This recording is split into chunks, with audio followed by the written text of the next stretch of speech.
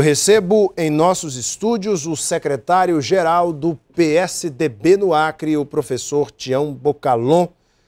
Ele que esteve recentemente em São Paulo, tem conversado bastante com o José Serra e também tem avaliado a situação da oposição no Acre, tem acompanhado todos os movimentos diante do cenário de 2014, tanto da sua oposição quanto também da Frente Popular. E qual será o futuro político do professor Tião Bocalon? Será candidato a deputado federal, ao Senado, como as colunas políticas já têm indicado, pelo Democratas, olha só. Ou fica no ninho tucano e tenta apaziguar as bicadas que acontecem de um lado e de outro. Professor Bocalon, muito boa noite. Boa noite, Alain. Boa noite bem? A todos. Um prazer muito grande poder estar aqui mais uma vez. Tá tendo muita bicada no ninho tucano, professor? Recentemente eu recebi aqui o deputado federal Márcio Bittar, e ele deu umas bicadinhas aí, inclusive no senhor, assim. Como é que o senhor viu aquela entrevista? Olha só, Alain, primeiro eu quero agradecer a todos que estão nos vendo aí e agradecer a você, agradecer a direção por essa oportunidade. Olha, evidentemente que eu acho que aquela entrevista, eu acredito até falei com o Edson, irmão dele, falei dentro do partido aquela entrevista criou realmente uma situação constrangedora. Porque foi uma entrevista que ele não foi tão feliz na entrevista. Acho que vamos ser bastante honestos. Não foi muito feliz na entrevista dele. Então, criou realmente alguns problemas internos, muita gente chateada e tal, né? Quando disse que dentro da oposição tinha... Coronelismo. Tem coronelismo e dentro do meu próprio partido. Quando diz isso, se não é ele o coronel, então... É o Bocalon. Sobra para o Bocalon.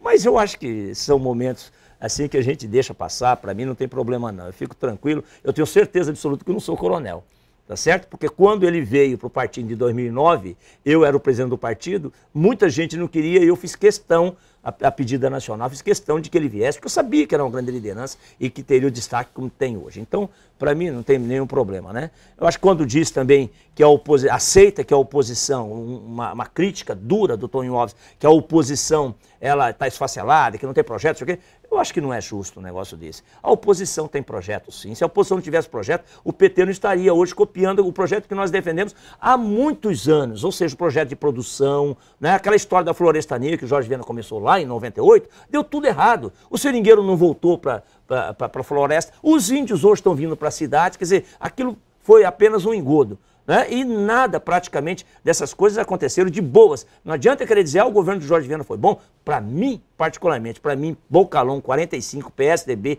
para o grupo do PSDB, a grande maioria acha que não foi bom. Porque foi um governo, olha esse G7 que estourou agora, é de lá de trás, ou quem não se lembra do Nakamura, aquela turma todinha que entrou lá na época do governo do Jorge Viana. Então, vem lá de trás esse G7, não é de agora. Então, não posso dizer que lá o governo do Jorge Viana foi bom, foi negativo. Quer dizer, não teve nada bom no governo do Jorge Viana. Ninguém está dizendo que não teve nada bom. Algumas coisas podem ter acontecido de bom, mas a verdade é que o que hoje o Acre está sofrendo são resultados também da má gestão que começou lá na época do Jorge Viana. Então, não adianta. Entendeu? Eu acho que o Acre é um estado rico, tem um potencial monstruoso para a gente poder melhorar a qualidade de vida das pessoas e não está acontecendo. Está aumentando o número de Bolsa Família. Por quê? Porque o Bolsa Família é exatamente para as pessoas não morrerem de fome, né, para ter o mínimo necessário. O que é justo, que fomos nós do PSDB que criamos. Mas o certo seria diminuir o Bolsa Família, porque as pessoas estariam ganhando mais dinheiro, tendo uma vida melhor. Esse é o caminho que nós sonhamos e que a oposição, e eu sempre defendi, como prefeito que fui, realizei, e como candidato a governador que fui, durante 2 vezes a prefeito da capital, eu nunca abri mão de produzir para empregar, governar para o ser humano, cuidar de gente, porque as pessoas têm que viver e viver bem. Mas aí que entra a crítica do próprio Tonho Alves. Talvez a população esteja esperando que a oposição realmente, pelo menos aparente, uma unidade que hoje não existe, para que tenha essa confiança de, enfim, entregar as rédeas do Estado nas mãos da oposição. O senhor não acha que está faltando essa unidade? Petecão se lança candidato ao governo, Márcio Bittar também. E aí o Gladson se diz candidato ao Senado, mas também avalia o cenário. Aí diz que o senhor vai para o DEM, que o senhor vai sair do PSDB. Afinal de contas, como é que está a oposição hoje?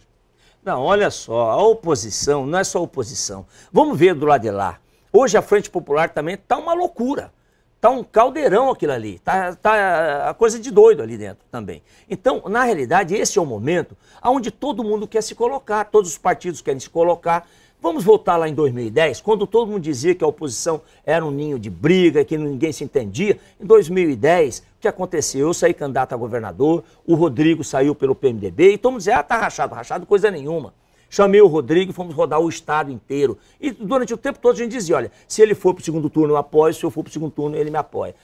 Sempre foi desse jeito. Então eu não vejo nenhum problema de você ter 2, 3 candidaturas nesse momento. Eu hoje defendo que nós tenhamos lá na reta final uma candidatura só, que eu acho que aí facilita para nós. Eu sei o quanto nós sofremos agora nessa eleição de prefeito da capital, quando no segundo turno, como a gente foi massacrado pelo dinheiro, pela força que o governo tem, né? Pressionando as cooperativas, os funcionários que dependem daquele salário, muitas vezes pequeno salário, mas dependem do salário, pressionando mesmo, comprando, pelo menos o que a gente viu até na internet, gente do lado deles dizendo, olha, nós conseguimos trazer para o nosso lado 180 lideranças no segundo turno para o nosso lado. O que foi? A troco de cargos, em troca de cargos comissionados, em troca de dinheiro, de uma quantidade enorme de facilidades que ofereceram. Então, é muito difícil realmente você enfrentar um segundo turno contra um adversário que atua como atua a Frente Popular aqui no estado do Acre. Então, eu também hoje defendo, e você sabe que eu sempre defendi que a gente tivesse mais de uma candidatura para jogar o jogo para o segundo turno, né? Mas eu acho que agora não. As coisas estão bem para nós da oposição, né? Olha o G7 aí. Olha o exemplo. Aquilo que eu vinha falando há tanto tempo da panelinha, estourou, apareceu. Olha aí, o Brasil inteiro se mobilizando, e aqui no Acre não é diferente, contra a corrupção. E a corrupção, aqui é o que mais tem aqui nesse estado. Mas a corrupção é um problema da classe política como um todo. O governo do PSDB em São Paulo também foi muito criticado. A classe política está enfrentando o descrédito. O senhor não entende que essas manifestações, essa mobilização das ruas, também não está tocando na grande ferida, que é essa falta de representatividade do cidadão, que os políticos, que a classe do senhor como um todo, seja a oposição, seja a situação, acaba por demonstrar à população que não representa mais a população? Você acha que os políticos não estão em descrédito? Não tenho dúvida nenhuma que estão em descrédito. Só que tem uma coisa, São Paulo não foi preso nenhum secretário de Estado, não foi preso nenhum empreiteiro por envolvimento com corrupção. Essa é a grande verdade. Vamos fazer a defesa aqui. Então aqui não, aqui foram presos secretários, foram presos empreiteiros e tudo. Então a corrupção aqui está mais do que escancarada. A nível de Brasil, a corrupção é monstruosa. E deixa eu citar só uma coisa, você está falando de São Paulo. Eu tive, quando o pessoal começou a construir... começaram a organizar a construção do estádio do Corinthians em São Paulo, aqui, a pedido da FIFA, o governador Geraldo Alckmin, eu estive com ele uns 2, 3 dias depois que ele tinha estado numa reunião lá. Ele foi para a reunião para a construção do estádio do Corinthians. Chegou lá, ele levou um orçamento de uma empresa de confiança dele e do governo do estado, era de 480 milhões o valor do estádio do Corinthians. Quando ele chegou para a reunião, tinha lá um orçamento em cima da mesa de 800 milhões. O que Geraldo Alckmin falou?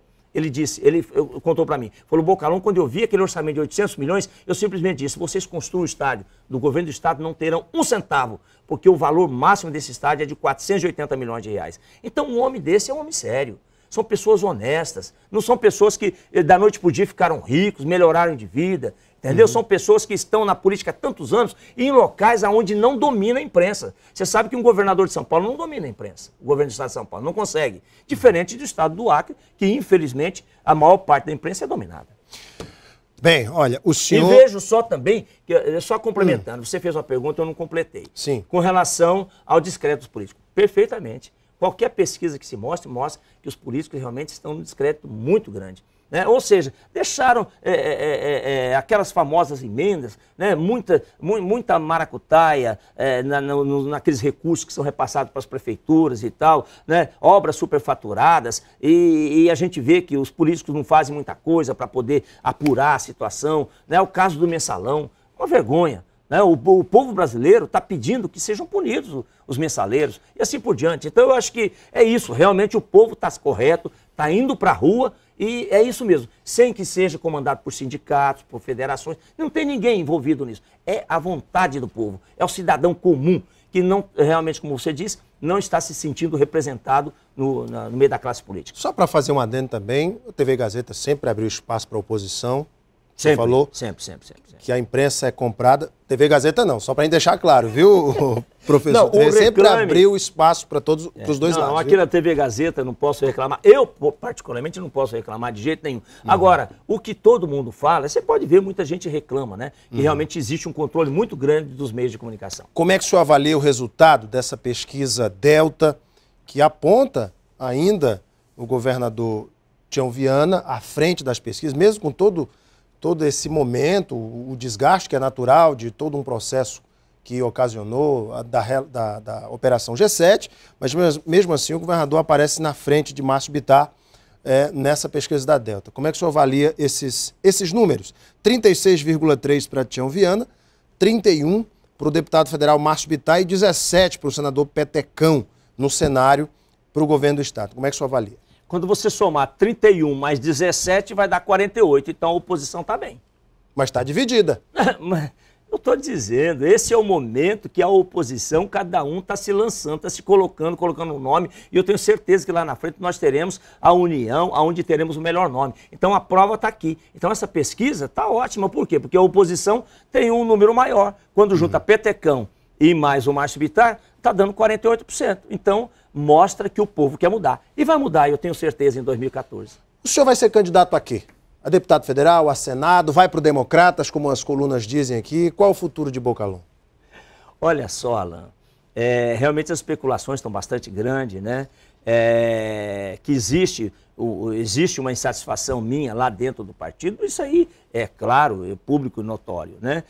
Internamente, algumas coisas que andam acontecendo e tal, mas a verdade é que não existe nada que você não consiga contornar, e a política é assim mesmo, né? De repente, eu não estou me sentindo bem agora, e numa conversa, todo mundo senta, um ajuda o outro e tal, orienta, pede e tal, e acaba que as coisas se encaixam, né? Eu acho que esse é o momento normal da coisa. Evidentemente que eu tenho recebido convites do PSB, do DEM, né, do próprio MD, né, que gostariam que se eu deixasse o PSDB, se eu deixar o PSDB, o convite está feito em diversos partidos aí. Então o senhor pensa nessa hipótese? Mas não tem nada certo. O senhor analisa essa hipótese de deixar o PSDB? Sim. Eu acho que pode acontecer, poderá acontecer sim a saída do PSDB, mas se a relação com o Márcio Bittar está absolutamente comprometida? Não, absolutamente comprometida não. Nós temos algumas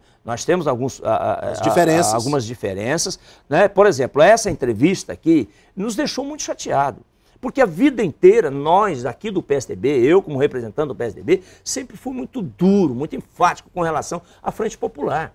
Tá certo? E de repente a gente vê o nosso presidente mesmo vir aqui dizendo não, porque o governador foi bem, PPP. Lá dentro do partido mesmo, gente ligado a ele, puxa lá a vida. E essa entrevista aí, quando for na campanha, o que vai acontecer? Entendeu? Então criou um clima meio ruim.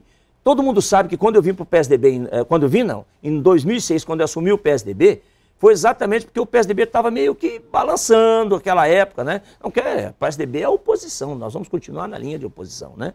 Mas eu acho que foi uma infelicidade do nosso presidente quando ele deu essa entrevista aqui, com essas três coisas, principalmente que o AC 24 Horas deu destaque, entendeu? Eu acho que ele já repensou melhor, né? Porque nós somos verdadeiramente oposição.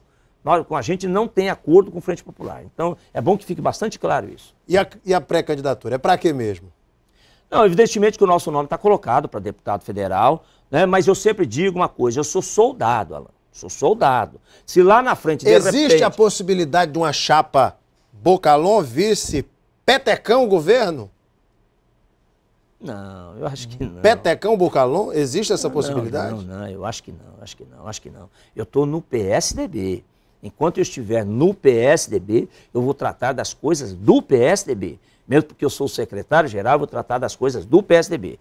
Tá? Então, o meu nome está colocado para deputado federal. Agora, o que eu estou dizendo, temos muito tempo pela frente, né? Se, de repente, eu deixar o PSDB, né? Evidentemente que daí as coisas podem mudar, pode aparecer outras situações aí. Mas não tem nada certo ainda, né? Estamos conversando bastante. Eu acho que, como você disse, nós precisamos nos entender, entre nós aqui. O entendimento precisa existir. E vai existir, eu tenho muita fé em Deus. Gente, eu conversei aqui com o secretário-geral do PSDB, o ex-prefeito de Acrelândia, professor Tião Bocalhon. Secretário, obrigado pela tua vinda aqui ao programa, viu? Eu que agradeço, Alain, imensamente. Um abraço a todos, fiquem todos com Deus. Mas que a oposição vai se entender, sim, e nós teremos uma candidatura fortíssima em 2014 e vamos fazer a grande mudança nesse Acre, que é ver as pessoas vivendo bem e não apenas sobrevivendo, como eu sempre defendi. Daqui a pouquinho nós voltamos para a sequência do nosso Gazeta Entrevista. Até já!